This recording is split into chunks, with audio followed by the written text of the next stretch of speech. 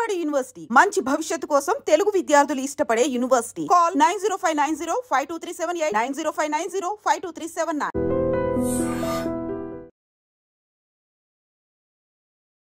నమస్కారం, welcome to I dream. ధర్మ మార్గం విత్ విజిత కార్యక్రమానికి స్వాగతం.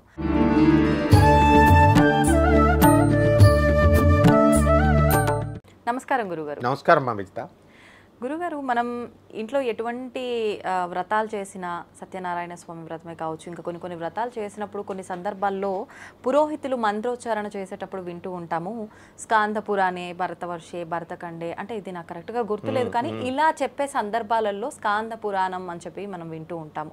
మరి ఈ స్కాంద పురాణం చదవటం వల్ల, వినటం వల్ల, దాంట్లో ఉన్న నీతిని మనం తెలుసుకోవటం వల్ల మనకున్న పాపాలు తొలగిపోతాయి అని అంటుంటారు. ఇది అంటే వాస్తవమైన ఏ రకంగా తీసుకోవచ్చు? నిజంగా ఈ స్కాంద పురాణం వినటం వల్ల, దానిలో ఉన్న ఆ జ్ఞానాన్ని తెలుసుకోవటం వల్ల మనకు వచ్చే ఫలితం ఏంటి? నిజంగానే స్కాంద పురాణం చదవడం వల్ల పాపాలు అనేటటువంటివి పోతాయి. సాక్షాత్తు శ్రీమన్నారాయణమూర్తి బదరీనారాయణుడిగా వ్యాసుడిగా పుట్టాడు. వ్యాసుల వారు ఏం చేశారంటే వేదాలని విభజించాడు. అష్టాదశ వేదాల సారాన్ని తీసుకొచ్చి 18 పురాణాలు అష్టాదశ పురాణాల్లో పెట్టాడు. తర్వాత మళ్ళీ అష్టాదశ ఉపపురాణాల్లో పెట్టాడు. మళ్ళీ ఇందులో ఉన్నటువంటి పురాణాల్లో ఉన్నటువంటి జిస్టుని తీసుకొచ్చి ఉపనిషత్తులుగా పెట్టాడు. ఈ పురాణాలు ఉపనిషత్తుల సారాన్ని తీసుకొచ్చి భగవద్గీతగా కురుక్షేత్ర మహాసంగ్రహంలో ఇలా ఈ గ్రంథాలు అనేటటువంటి రచించబడ్డాయి. అందులో ఒకటి స్కాంద పురాణం. స్కందుడు అంటే సుబ్రహ్మణ్యేశ్వర స్వాముల వారు. కాబట్టి ఈ ప్రతి పురాణము ఎక్కడ తీసుకున్నా కూడా శివుడు పార్వతికి చెప్పినట్టుగానే ఉంటుంది, మంత్రశాస్త్రం కానీ ఏదైనా సరే. కాబట్టి ఈ స్కాంద పురాణంలో మనము తెలుసుకోవాల్సింది ఏంటంటే, శివుడు మనకి చెప్పినప్పటికీ కూడా కొన్ని సందర్భాలలో సుబ్రహ్మణ్యేశ్వర స్వామిల వారే గురువుగా ఉండి శివుడికి చెప్పినటువంటి ఉదంతాలు కూడా ఉన్నాయి. అందువలన కుమార గురవే నమః అంటాం. సుబ్రహ్మణ్యేశ్వర స్వామి వారు శివుడికే గురువు అయ్యాడు. ఏ విధంగా అంటే శిష్యుడు గురువుకి, గురువు శిష్యుడికి ఎలా అవుతారో చెప్తాను. ఒక గురువు ఉన్నాడు, ఆయన మంచి ఫేమస్ సినిమా యాక్టర్ అనుకుందాం. ఆయనకి శిష్యుడికి చిన్నవాడిని తయారు చేశాడు. ఆయనకు ఆ యాక్టింగ్ విద్య వచ్చు, ఈ శిష్యుడికి నేర్పించాడు. ఈ శిష్యుడికి చిత్రలేఖనం వచ్చు. అయితే వీడు ఆర్ట్లో టాప్ అనమాట. అప్పుడు అతను ఈ పెద్ద హీరో గారికి నేర్పిస్తాడు. అంటే గురువు శిష్యుడికి నేర్పించినప్పుడు ఇంకొక విద్య రావడం వల్ల ఈ శిష్యుడు కూడా ఆ గురువుకే పరమ గురువు అవుతాడు. ఆ విధంగా స్కాంద పురాణంలో ఉన్న స్పెషాలిటీ ఏంటంటే సుబ్రహ్మణ్యేశ్వర స్వాముల వారే సాక్షాత్తు శివుడికే గురువు అయ్యాడు. ఇది వయస్సుతో వీటితో పని లేదు, జ్ఞానంతో కూడి ఉన్నదే గురువు స్థానం. దానికి కూడా నేను ఇంకొక ఎగ్జాంపుల్ చెప్తాను. భాగవత మహాపురాణంలో ఈ యొక్క పరీక్షిత్ మహారాజు 7 రోజుల్లో చచ్చిపోతాడు అన్నప్పుడు, ఎలాగూ నేను పోతాను, అందువలన నాకు మోక్షం కావాలి అని ఋషులను అడిగితే భాగవతం వింటే నీకు మోక్షం వస్తుందంటారు. అప్పుడు వరుసలో దేశంలో ఉన్నటువంటి ఋషులను అందరినీ పిలిచేస్తాడు, వచ్చి చదవండిరా నాయన అని. అందరూ కూర్చుంటారు. మేము దానికి అర్హులం కాదు, కానీ కేవలము ఒక్క శుకమహర్షి మాత్రమే దానికి అర్హుడు అంటాడు. ఆ శుకమహర్షి ఎవడు? వ్యాసుడి కొడుకు. సరే, వీళ్ళందరూ కూర్చుంటారు. జ్ఞాన వృద్ధులు, వయోవృద్ధులు, వయసులో ముసలివాళ్ళు, జ్ఞానంలో పండిపోయినటువంటి వాళ్ళు.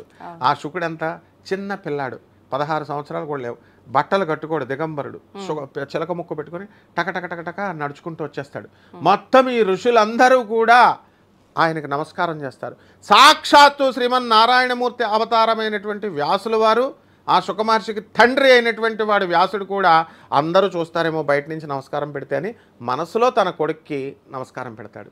అంటే ఈ చిన్న ఆయన వైరాగ్యంలో అంత గొప్పవాడు శుకుడు. కాబట్టి ఆయన్ని చూసి జ్ఞానులు, జ్ఞానవృద్ధులు, వయసులోను జ్ఞానంలో ఉన్న వృద్ధులు కూడా ఆయనకి నమస్కారం పెట్టారు. ఈయన దగ్గర వైరాగ్యం అనే విద్య ఉంది. కాబట్టి విద్య అనగానే చదువు అనుకుంటాం, చదువు కాదు.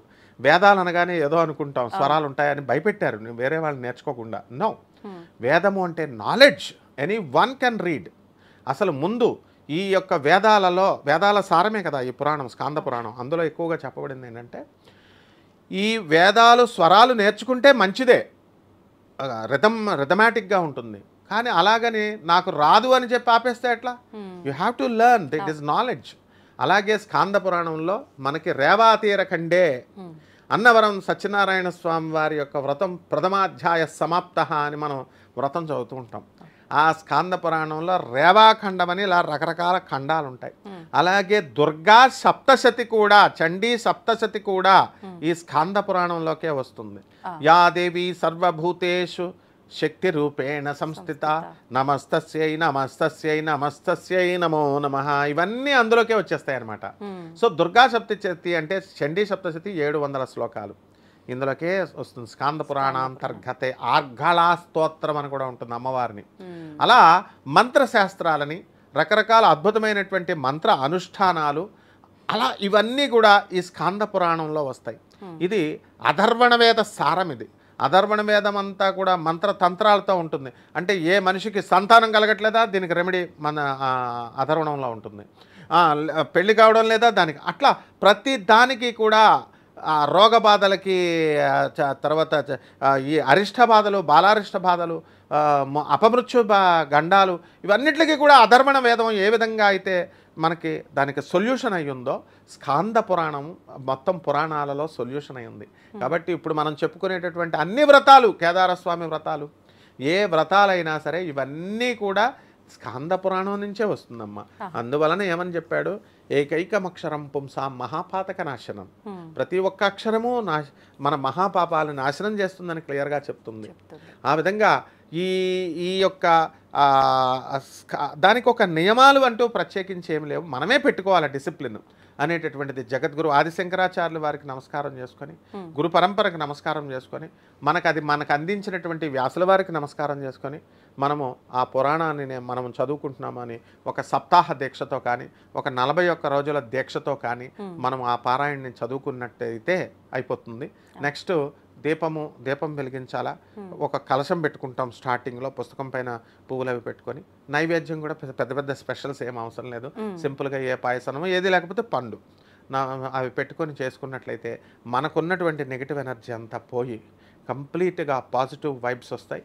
అంతేకాదు పిక్చరైజేషన్ ఈజ్ వెరీ ఇంపార్టెంట్. ఏదో యాంత్రికంగా మెకానికల్గా చదవడం కాకుండా ఆ చదువుతున్నప్పుడు ఆ యొక్క దుర్గాదేవి మహిషాసురుని ఎలా సంహరించింది అన్నది అందులో ఉంది. సత్యనారాయణ స్వామి వారు ఏ విధంగా అయితే సుధాముడు కుచేలుడిని మనం చేస్తాం కదా, కుచేలుడు సత్యనారాయణ అందరికీ తెలియదు ఏంటంటే, సుధాముడు కుచేలుడు కేవలం కృష్ణుడి ఫ్రెండు, కృష్ణుడితో తిరిగేవాడు అనుకుంటున్నారు. ఆ కృష్ణుడు ఆ యొక్క సుధాముడు భార్య వీళ్ళంతా కూడా సత్యనారాయణ స్వామి వారు వ్రతం చేశారు. కాబట్టి ఈ రేవాతీర ఈ యొక్క పురాణం అంతా కూడా స్కాంద పురాణాన్ని చదివి ఆయన ఉద్ధరించబడ్డాడు సుధాముడు. ఈ విధంగా చేసుకుంటే మొత్తం పాపాలన్నీ పోతాయమ్మా. ధన్యవాదాలు.